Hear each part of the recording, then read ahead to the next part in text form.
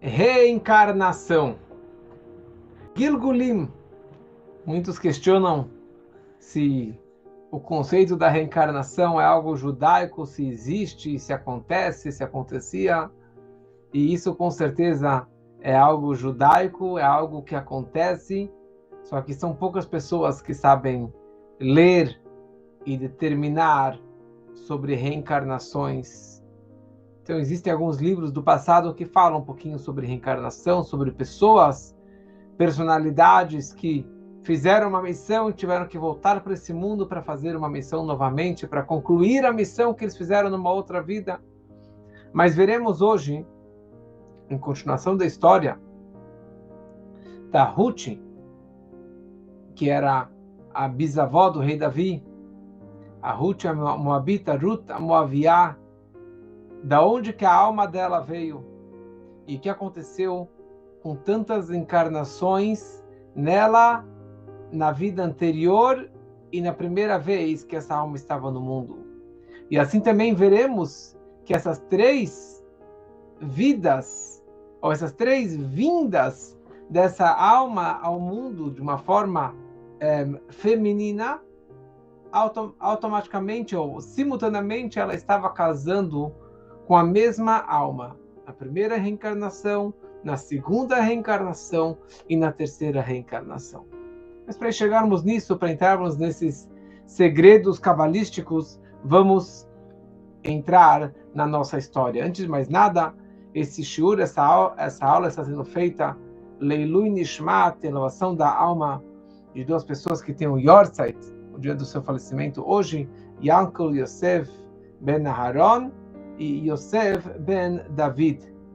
E assim também, que essa aula seja Lerefuah Shlimah, para uma cura total, de Chaya Linda Mazal Bat Devora.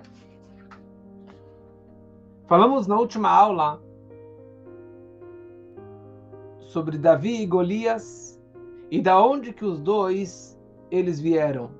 E falamos toda aquela história que tinha um judeu, Elimelech, que era casado com a Naami, e eles tinham dois filhos, Machlon e Quilion, e eles mudaram, no ano de fome, eles mudaram para Moav, que seria a Jordânia de hoje.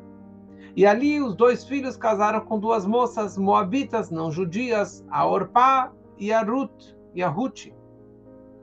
E daí o Elimelech morreu, o Machlon morreu, o Quilion morreu, os três homens faleceram, e ficou aqui a Naami, ficou viúva e sem os dois filhos.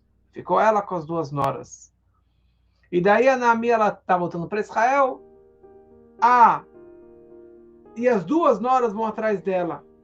E a Naami começa a falar, não, voltem para sua casa, vocês não são judias, vocês podem construir uma família nova lá em Moab. E elas insistiram, foram atrás. No final, a Orpá, ela deu um beijo e foi embora, e ela volta para Moab e não se converte, e dela acabou saindo o próprio Golias, o gigante Golias. E a Ruth, ela se grudou, se abraçou com a sogra, na verdade se abraçou com a religião, com a Torá, com as mitzvot, com o judaísmo, e ela acabou se convertendo e virando uma pessoa extremamente importante, e dela acabou saindo o seu bisneto, quer dizer, ela teve um filho, Oved, que teve o Ishai, e que acabou tendo o David, o rei Davi, que acabou brigando e guerreando e saindo vitorioso contra o seu primo, o Golias.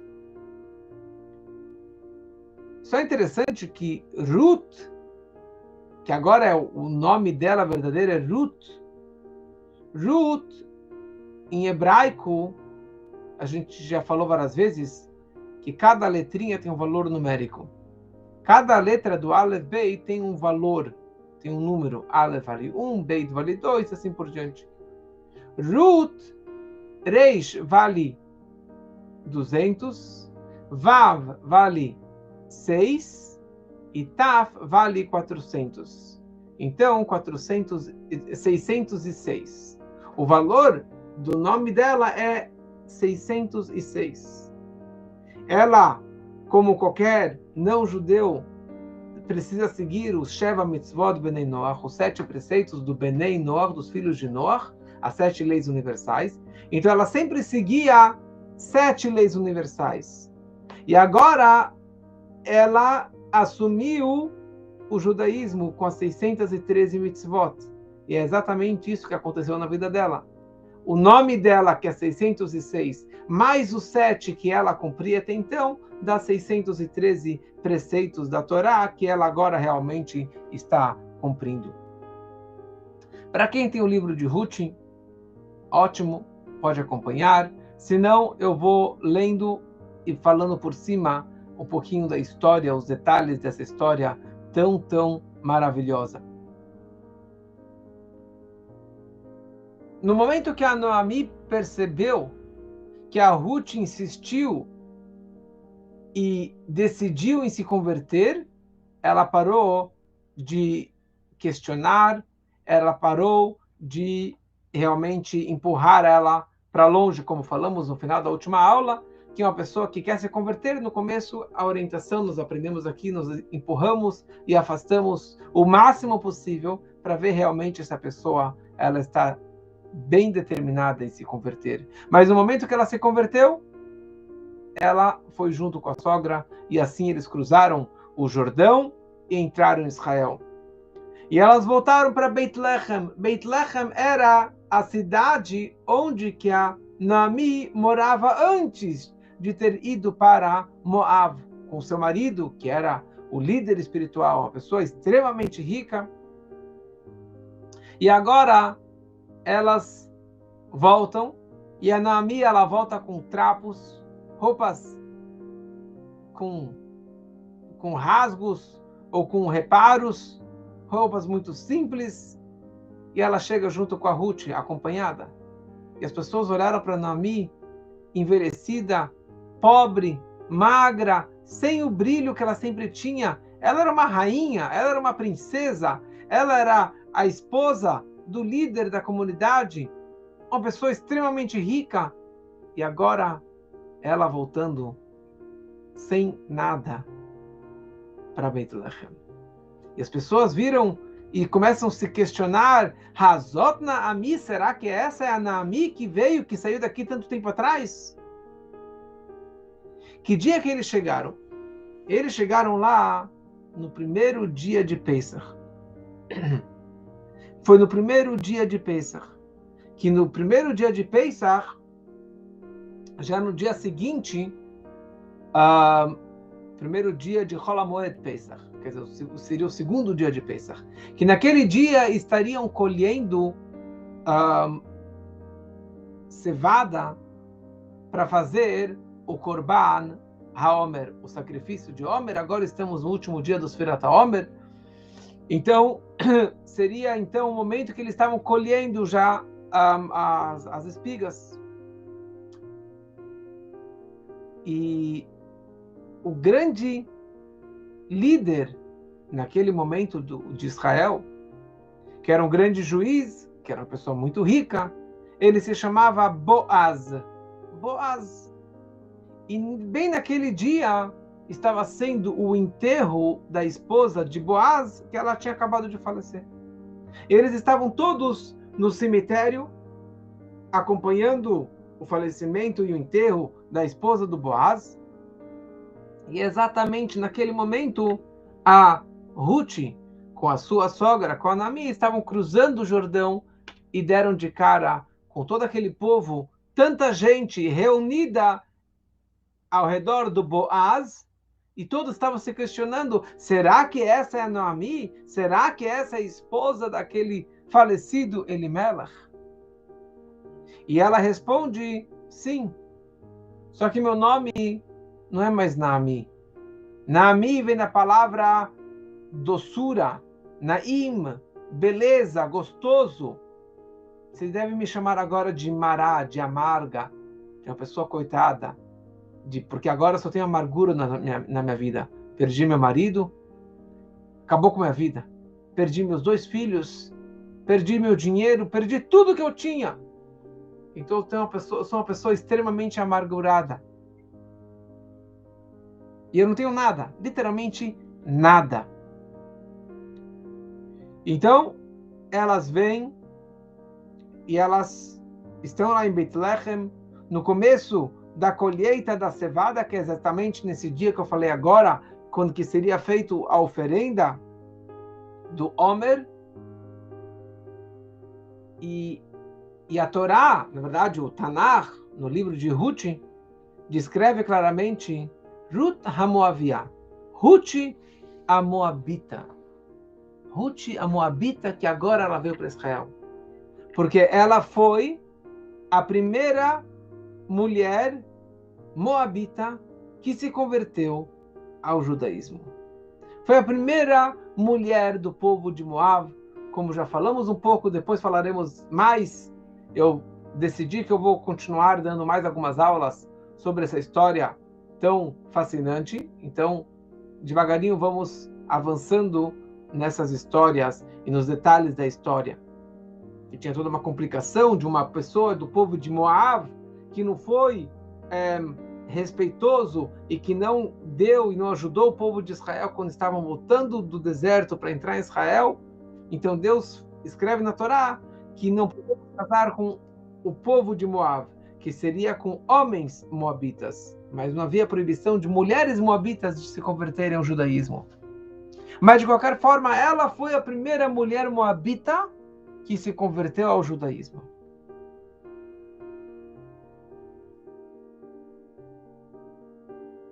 Então agora Naomi, ela estava lá com a Ruth, com a sua nora, e eles acabaram chegando num campo de um homem muito rico, de um homem muito de grande influência, um grande Tamid Chacham, um grande tzadik, que se chamava Boaz. Então, elas estavam morrendo de fome, chegaram lá sem nada, absolutamente sem comida, sem dinheiro, sem roupa, sem nada. Então a Ruth, ela vira para a sogra e fala: eu vou para o campo e eu vou achar aqui ali algumas espigas de trigo, alguns feixes de trigo que eu vou encontrar e eu vou trazer para casa. O que significa isso? Na Torá existem várias e várias leis de donativos para os pobres e principalmente em relação aos campos. Existem 3 leis em relação à plantação.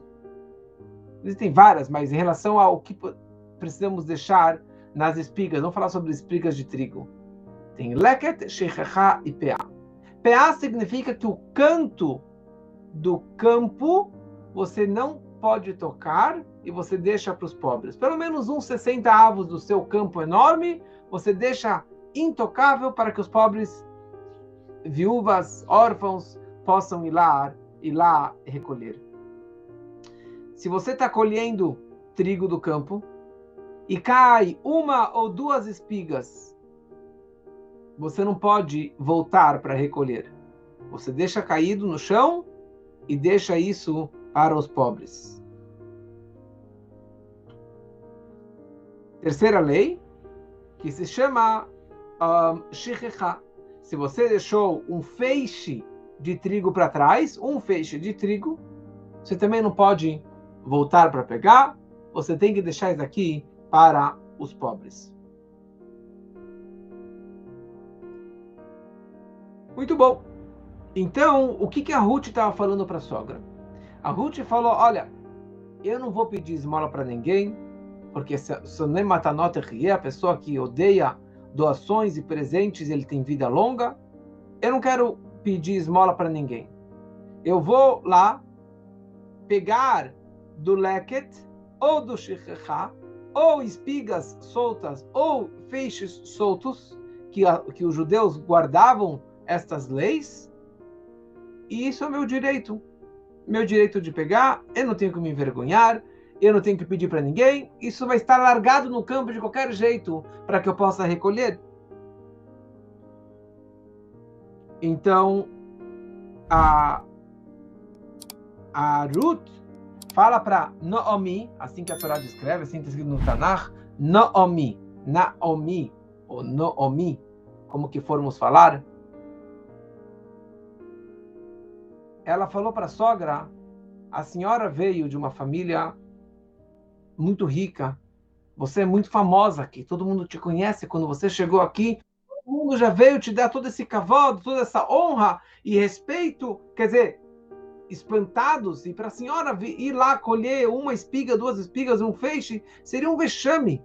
Então, sabe o quê? Ninguém me conhece. Eu vim de Moab, sou uma convertida, recém-chegada, ninguém me conhece, eu não vou passar vergonha, apesar que eu também sou filha de reis, do rei de Moab, mas tranquilo, muito mais fácil para mim, pessoa jovem, que ninguém me conhece, do que para a senhora ir lá e passar vexame.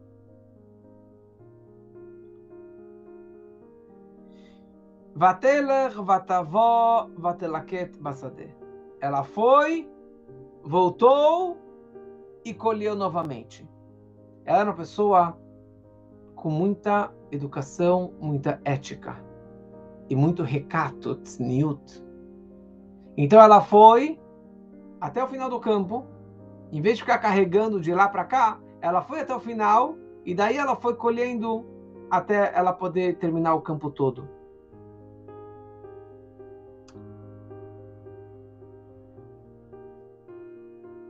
E por coincidência judaica, esse campo era o campo do Boaz. Que o Boaz, ele era nem mais nem menos do que a família do Elimelech. Então vamos só entender um pouquinho aqui a estrutura. Eu queria fazer uma tabela, mas não tive tempo de montar uma tabelinha. Mas vamos tentar explicar um pouquinho da história. Falamos que ela era casada com um homem. Esse homem se chamava Elimelech. Muito bom. Então Elimelech, ele tinha mais 3 irmãos. O Elimelech, ele tinha mais 3, eles eram 4 irmãos. Elimelech, Silmon, mais um que era o pai da Naomi e Tov. Então eram 4 irmãos. Então o terceiro irmão, que eu não sei qual é o nome, ele era o pai da própria Naomi. Então Elimelech casou com a sua sobrinha.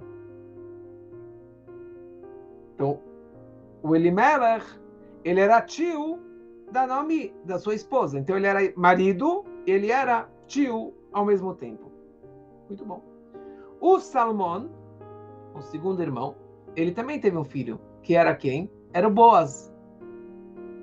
Então Elimelech, ele era tio da Naomi e tio do Boaz.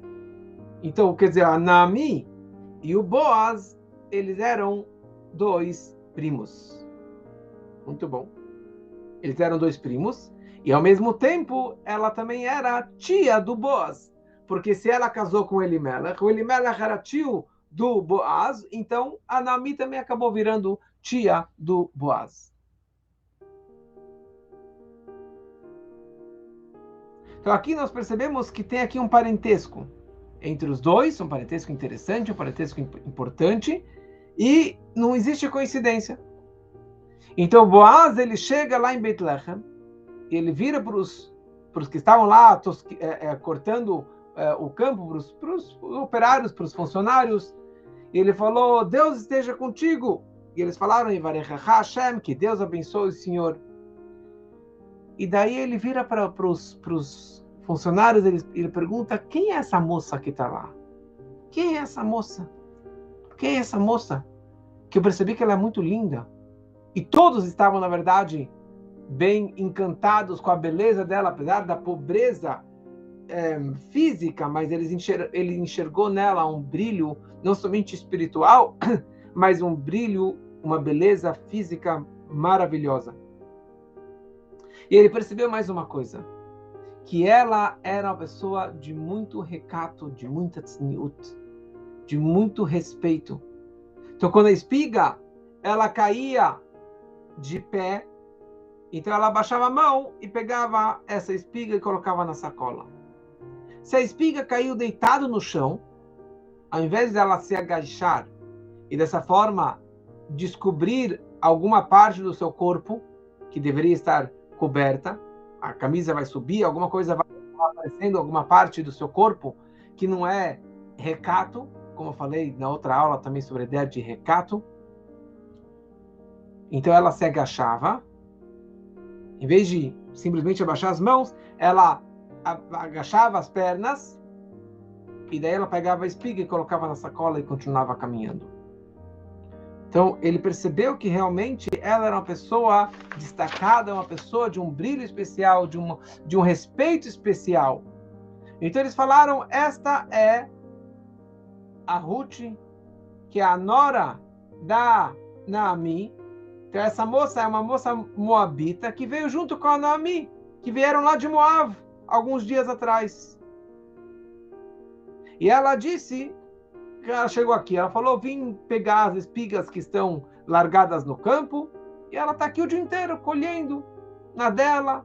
Ela parou um pouquinho agora para descansar, mas é isso que ela está fazendo o dia inteiro. Então Boaz, ele vira para Ruth e fala para ela, me escuta, minha filha, não vai para nenhum outro campo. Nenhum outro campo meu, tem vários campos, mas eu quero que você fique aqui nesse campo, por favor. Eu quero que você fique aqui. Eu não quero que você vá para outros campos que tem pessoas de más influências. Aqui são pessoas boas, pessoas que eu quero que você fique aqui perto da gente. Então, eu já falei para os meus funcionários para ninguém te encostar, para ninguém falar com você, para ninguém te atrapalhar.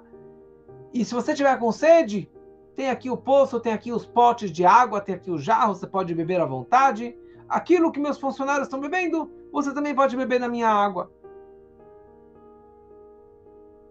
E daí ela ficou espantada e ela se agacha e se curva perante ele e fala, por que você achou graça nos meus olhos? E eu sou uma estranha, sou uma pessoa estrangeira. E Boaz, ele responde para Ruth e fala, eu ouvi falar tudo o que aconteceu com a tua sogra, depois que o marido dela, o Elimelech, faleceu. E daí você abandonou teu pai e a tua mãe, teu pai que era o rei de Moab, e tua mãe, e toda a sua terra natal, e tudo que você tinha lá. E você vem para aqui, para uma terra estranha, uma terra que você nunca esteve antes, nem ontem, nem anteontem, nada. E você vem para cá? Então que Deus ele pague pelos teus atos. E que Deus ele te recompense, uma recompensa completa, pelo fato que você veio aqui, se conectar com Deus, se converter ao judaísmo e estar debaixo das asas de Deus. Quer dizer, ele está falando para ela, você tem aqui duas recompensas. Pelas boas coisas que você fez, pontuais, e você tem, na verdade, um salário, um comprometimento, porque você se comprometeu para o resto da sua vida, que você se converteu ao judaísmo. Então você, na verdade, abraçou Deus e o judaísmo, a Torá, as mitzvot, para o resto da sua vida. Então que Deus também te recompense e dê tudo o que você precisa. Porque schar mitzvah, a recompensa de uma mitzvah é a própria mitzvah. O fato que você se aproximou já é a sua própria recompensa. Então que Deus ele te recompense.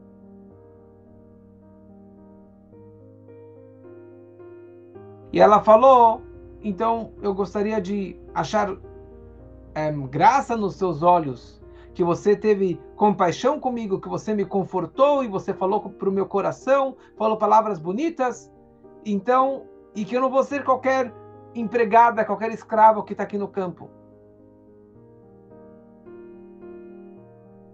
E assim a história ela continua. E tem aqui algumas explicações interessantes que eu gostaria de compartilhar com vocês.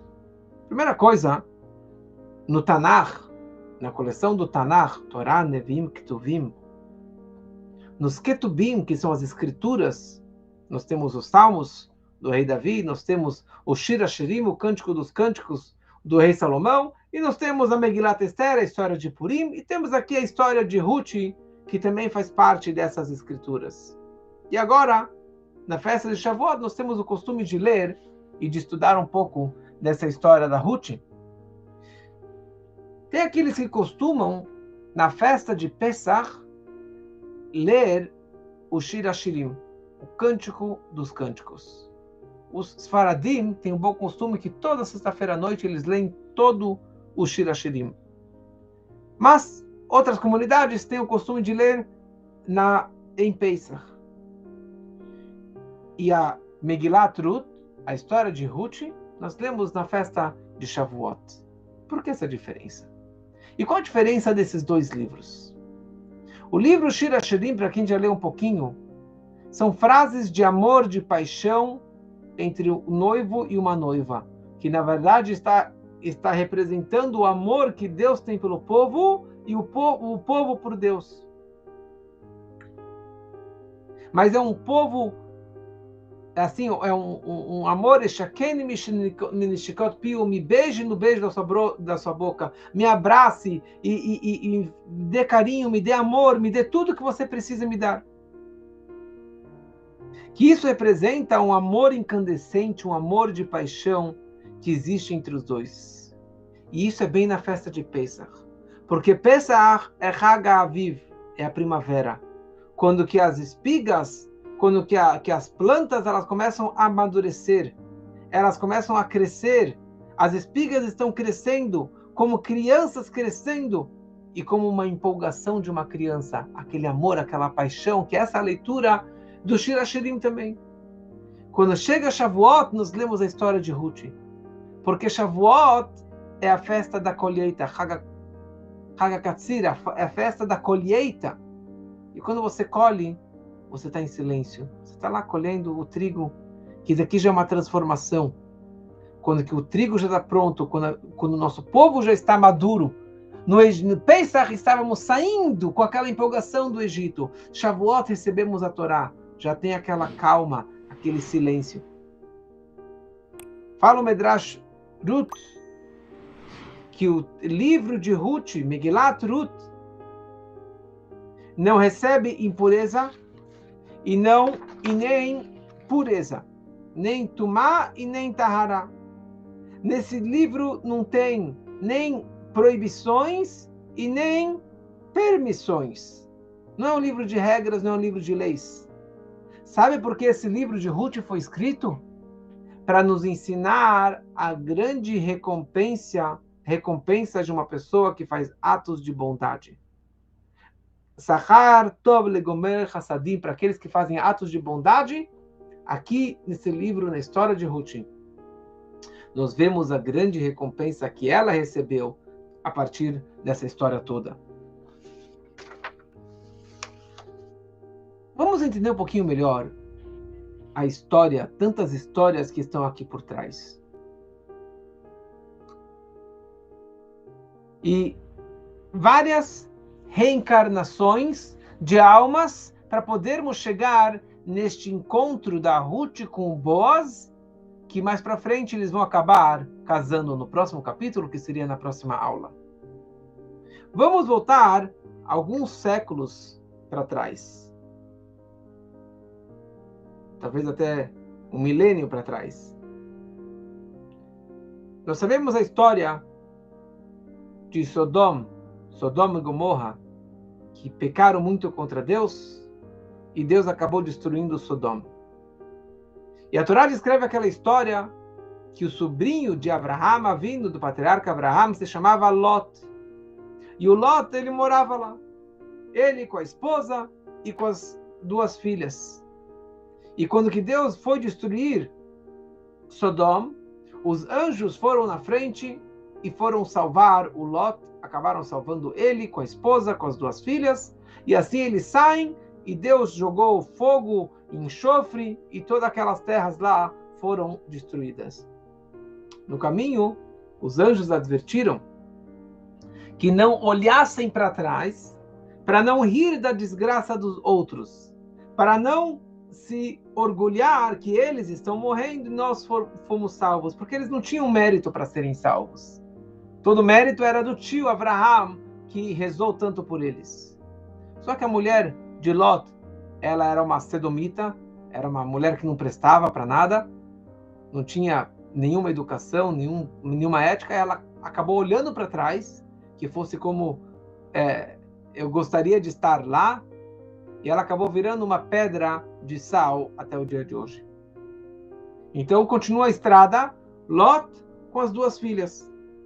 E eles param e vão descansar. E elas pensaram que o mundo inteiro acabou.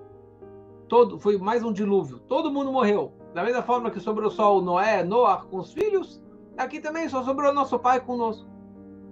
Então a filha mais velha, fala para a irmã menor, caçula, fala, vamos embriagar nosso pai, vamos deixar ele extremamente bêbado e vamos ter uma relação com ele. Porque dessa forma a gente vai conseguir dar continuidade, ter filhos. E foi dito e feito. Embriagaram o pai, ele ficou muito, muito bêbado. E dessa forma ela acabou tendo uma relação com o pai e ela engravidou dessa relação. Na noite seguinte, ele mais ou menos entendeu o que aconteceu e ele acaba também caindo na mesma, acabou ficando bêbado e teve uma relação com a segunda filha e acabou tendo um filho com ela também. Quando nasceu o filho da primeira filha, ela, cara de pau, ela deu o nome do filho Moav. Moav significa Meav, Abba, do meu pai. É filho do meu pai, literalmente é filho do meu pai. Então aqui, a filha de Lot, ela teve uma relação incestuosa, totalmente proibida, sem a consciência do pai, mas ela acabou engravidando e teve um filho que chamou ele de Moav. Muito bom. Passam anos e esse Moav acaba virando o Melech Moav, o rei de Moav. Não este filho, mas um descendente dela acabou virando o rei de Moav, o rei dos Moabitas. E esse Melech Moav, ele teve uma filha que se chamava Ruth. A Ruth era a filha desse rei de Moav. Então aqui vamos acompanhar Lot, sobrinho de Abraham, teve uma relação com a sua filha, que nasceu um filho neto, que se chamava Moav, acabou dele saindo o rei de Moav, e dele acabou saindo a própria Ruth. Fala o Alshir, um livro de Kabbalah e de Gilgulim, de reencarnações, escrito pelo Rav Moshe Alshir, que na verdade a alma da Ruth era uma reencarnação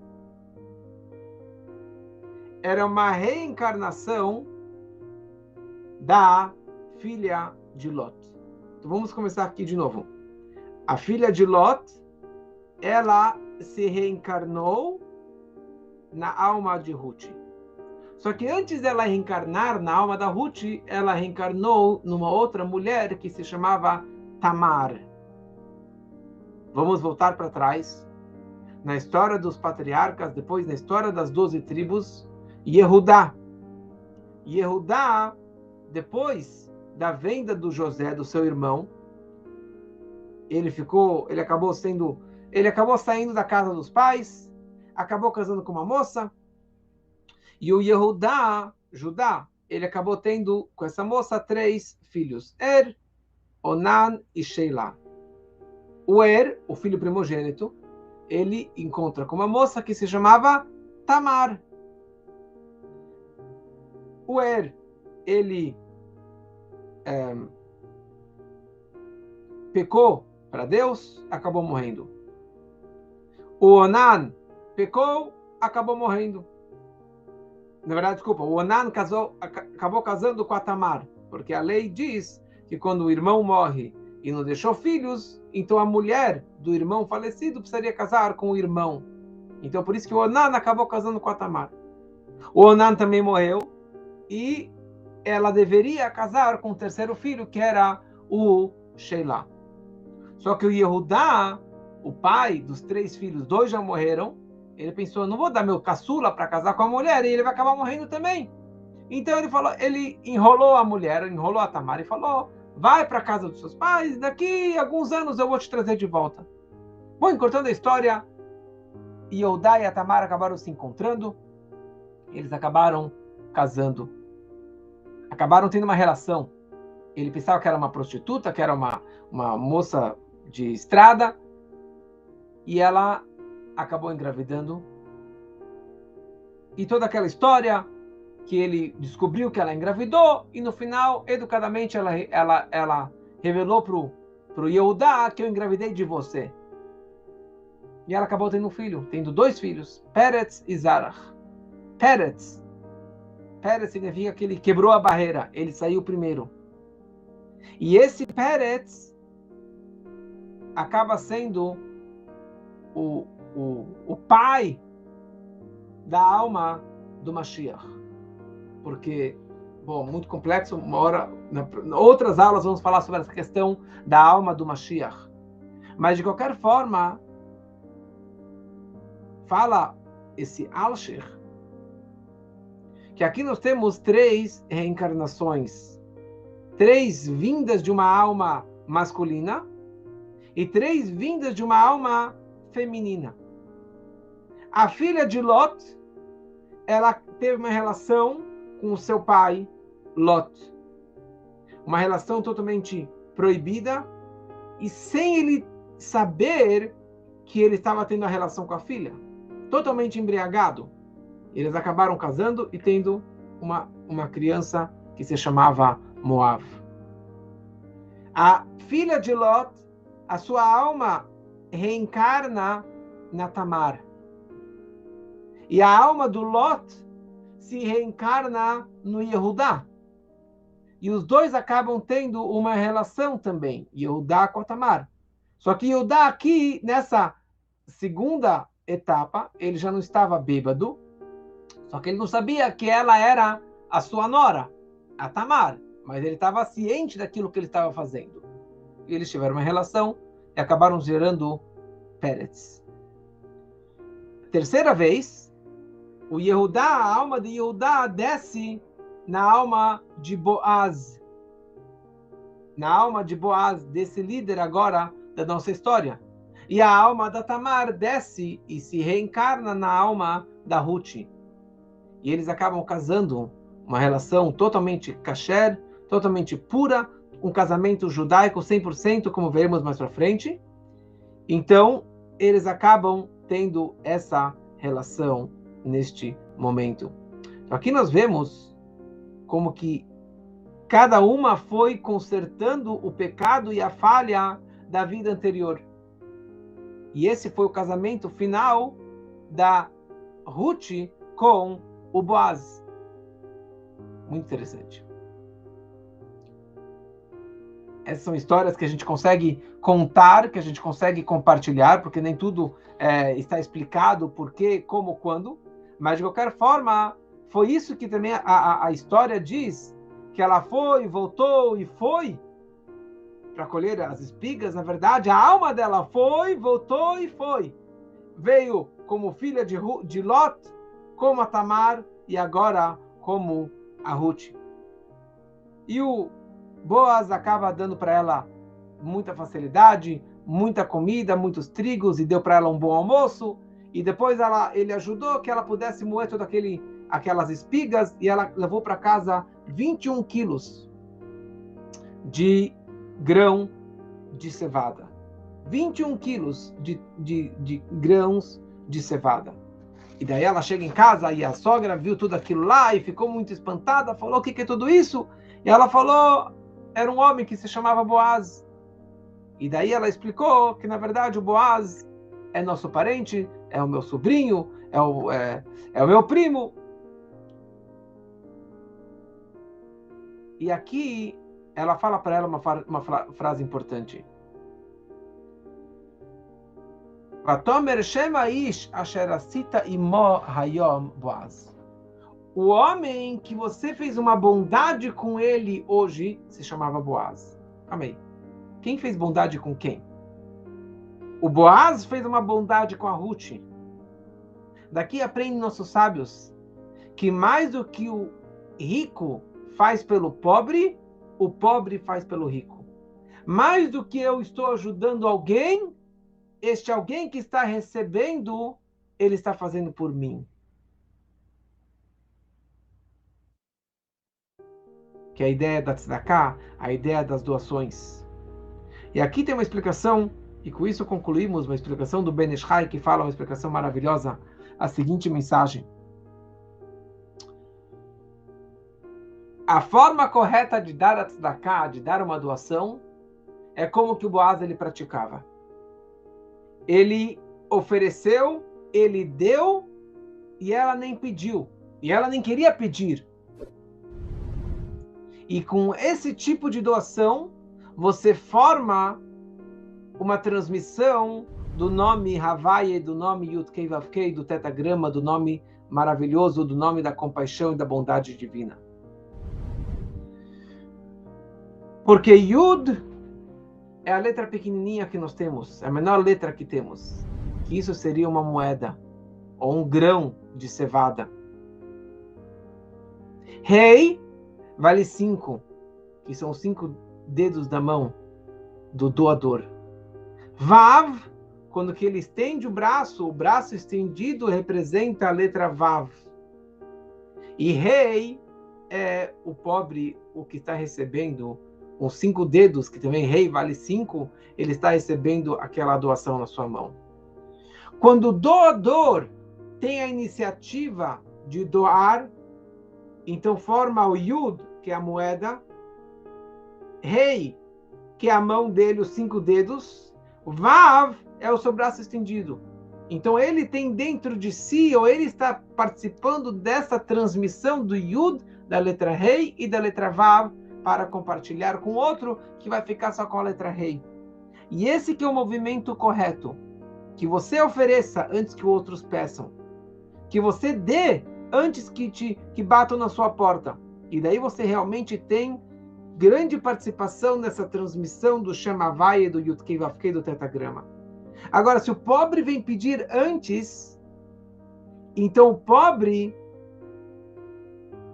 ele vai ter a letra Vav, porque ele estendeu sua mão, então a letra Vav, e ele estendeu os 5 dedos, que é a letra Rei.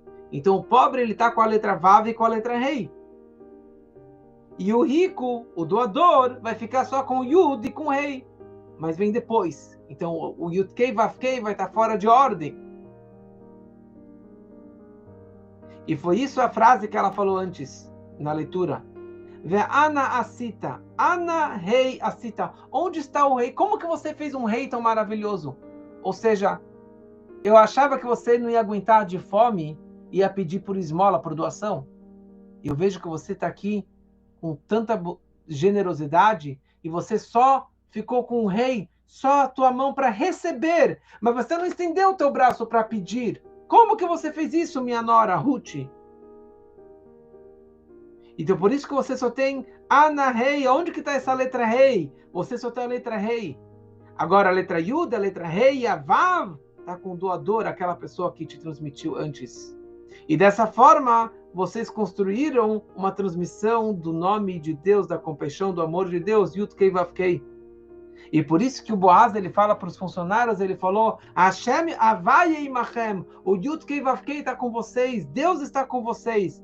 Porque no momento que ele fez a tzedakah por conta própria, ele está transmitindo o Yud, depois o Rei, depois o Vav, depois o Rei, e que possamos realmente levar isso na nossa vida, essas transmissões, essas histórias, e o mais importante é que possamos receber a Torá agora em Shavuot, Besimcha ou Bepnimiut, receber a Torá com alegria e internamente, de uma forma profunda dentro da nossa vida, e que possamos escutar os 10 mandamentos, na leitura dos 10 mandamentos na quarta-feira, e que tenhamos um Chag Sameach, uma festa feliz para todos, com muitas festas e com comida gostosa e com muitas alegrias, se Deus quiser.